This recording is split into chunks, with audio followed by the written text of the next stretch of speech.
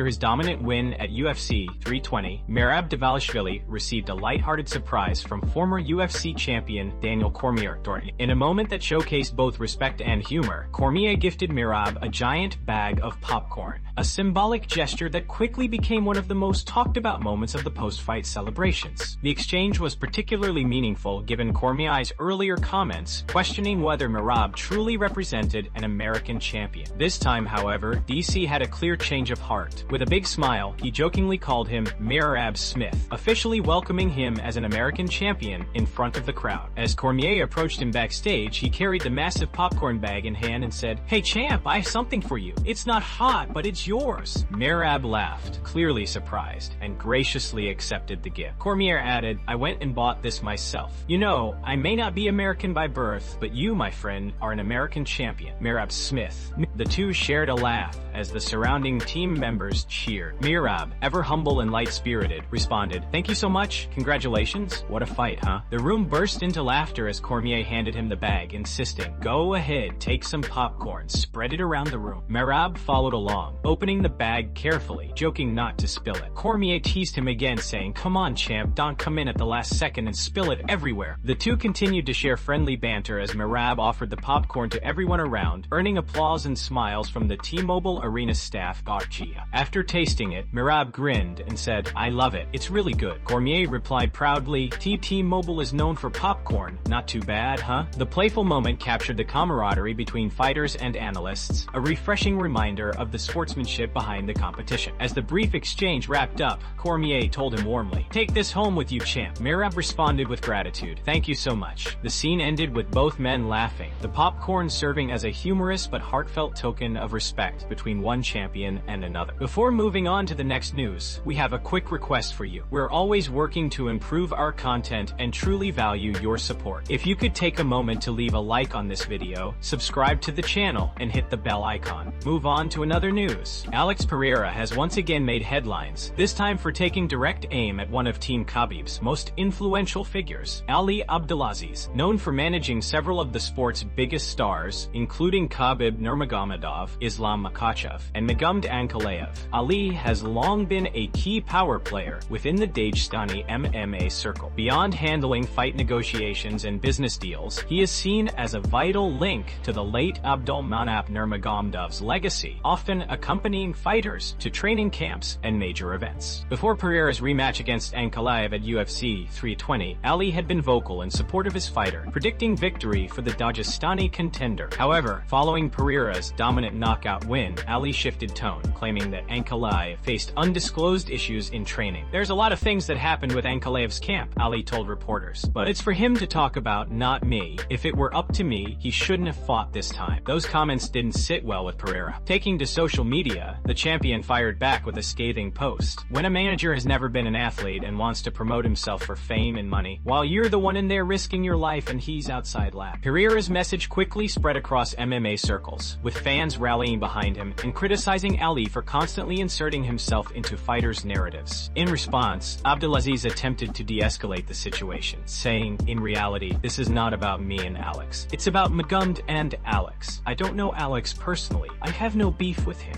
I respect everything he's accomplished, but I truly believed Magomed would beat him." Despite Ali's clarification, the tension between Team Khabib and Pereira's camp only grew, fueling speculation of a deeper rivalry forming behind the scenes. The online exchange became one of the most discussed stories of the week, highlighting the growing friction between fighters and managers in the spotlight. Meanwhile, former UFC fighter and analyst Josh Thompson offered his take on Pereira's next move. "The fight to make right now is Alex Pereira versus Carlos Ulberg," Thompson said. "We've already seen the fights with Jiri, Ankalaev, and Khalil. If Pereira's staying at 205, that's the fight. But if John Jones cuts down to light heavyweight, Alex versus John could be massive. A fight that could define this era." Move on to another news. Usman Nurmagomedov just scored a major victory over Paul Hughes in their highly anticipated rematch, a bout that once again lived up to expectations. The fight was an intense, back-and-forth battle that kept fans on edge from start to finish. When the final bell rang, Nurmagomedov emerged victorious, reaffirming his dominance in the lightweight division and extending his impressive winning streak. Following the fight, Usman didn't hold back in his post-fight comments. Speaking confidently in a Russian interview with Ushatika, he reiterated reiterated his stance as one of the best lightweights in the world, second only to Islam, who has now moved up to welterweight. Addressing recent claims from Ilya, who declared himself the top lightweight globally, Usman fired back sharply. "Ilya can't be considered the #1 lightweight in the world," Usman said. "I fought 19 times in this division, defeated both former and current champions, and my record speaks for itself. He only has 14 fights. I finished 14 opponents in my career. With my latest win over Hughes and the streak I've built, it's clear that I'm the top lightweight right now." The comments quickly spread across the MMA community, stirring debate among fans and fighters alike. Many pointed out that, while Topuria is currently holding a UFC title, Nurmagomedov's dominance across multiple opponents, and his technical excellence in all facets of MMA, make his claim hard to dismiss. Even Khabib weighed in, supporting his cousin's statement and adding more intrigue to the situation. "If Topuria wants to call himself the best," Khabib said, "he first needs to face Usman. Only then will we know." The potential matchup immediately caught the attention of MMA fans, who recognized the stylistic brilliance it could offer. Both fighters are elite in all areas. Usman's wrestling and grappling are world-class, while Topuria's striking and finishing ability make him one of the most dangerous fighters in the sport. Despite the hype, most fans continue to give Ilya Topuria, also known as El Matador, the edge in terms of recognition. After all, being the UFC champion still carries unmatched prestige in the world of mixed martial arts. For now, Topuria's name commands more attention simply because of his UFC platform. However, Usman's dominant win over Hughes and his unbroken streak in Bellator have reignited discussions about cross-promotional matchups. Move on to another news. Khamzat Chimaev has officially called out Alex Pereira for a heavyweight showdown, shaking up the MMA world. After Pereira dismissed Chimaev's earlier call-out, saying he only wanted major super fights at heavyweight, Chimaev fired back with confidence. "I'm ready to fight you at heavyweight. You won't find a bigger fight than ours. No drama. This is smash everywhere." While the idea seems bold, Chimaev's team has been hinting at a move up in weight for months. His teammate Arman Sarian revealed that Chimaev often spars with heavyweights and holds his own. He believes Chimaev has the skill, power, and mindset to compete, not just at light heavyweight, but even among the biggest fighters in the sport. This aligns with Chimaev's career-long goal to become a 3-division champion. He said repeatedly that he wants belts at welterweight, middleweight, and heavyweight. His latest challenge to Pereira seems like his first real step toward that dream. Pereira, however, has made it clear that his focus isn't on fighting the likes of Tom Aspinall or Cyril Gane. After his dominant UFC 320 win, he said his goal is a true legacy-defining matchup, a super fight against Jon Jones, one of the greatest fighters of all time. Tom Aspinall, the current interim heavyweight champion, commented on Pereira's possible move up. "That's his decision. He's the champ. He can do whatever he wants. I'd watch Alex Pereira fight anyone. The way he came back and beat Ankalaev again was incredible." Aspinall praised Pereira's evolution as a striker in the Ankalaev rematch. "He dropped him with a massive right hand this time," Aspinall noted. "Usually, it's his left hook doing the damage, but this time he adjusted his approach, pushed Ankalaev backward, and never let him get comfortable." He added that Pereira looked more composed and tactical. "In the first fight, he was reacting too much, but in the rematch, he controlled everything, kept Ankalaev guessing, applied pressure, and dictated the pace." Now both Chimaev and Pereira are chasing history in their own ways. Chimaev wants to make good on his 3-division dream, while Pereira eyes the Jon Jones super fight. Whether the two will meet in the octagon remains uncertain, but if it happens, it could be one of the biggest clashes in modern MMA history. Move on to another news. Merab's coach has opened up about a potential clash with Alexander following the Georgian champion's dominant showing at UFC 320. After dismantling yet another top contender, Dvalishvili has effectively cleared out the entire bantamweight division, leaving fans wondering what's next for the Machine. One of the most intriguing possibilities being discussed is a super fight against Volkanovski for the featherweight title. Speaking on Submission Radio, Merab's head coach John Wood described the matchup as very interesting and something that would capture massive fan interest. He acknowledged that stylistically, it's a compelling battle. Dvalishvili's relentless wrestling and pressure versus Volkanovski's elite striking and fight IQ. However, despite the buzz, Dvalishvili himself has repeatedly expressed hesitation about moving up to face Volkanovski. He's openly admitted that Volkanovski is one of the best in the world and that fighting him would be a huge challenge. According to Merab, his focus remains on continuing his reign at bantamweight rather than chasing another belt, at least for now. Currently, all signs point toward a rematch between Dvalishvili and former champion Petr Yan. Their first encounter ended with Merab's trademark relentless pace critics overwhelming Yan, and the Georgian has made it clear he wants to run it back to silence any remaining critics. Reports suggest the UFC is considering December for that rematch, a timeline that makes sense given the open pay-per-view slot that month. John Wood confirmed that both Merab and the team are eager to get that fight locked in. "We want December," he said. "There's no pay-per-view yet, and it's the perfect opportunity to showcase Merab's dominance again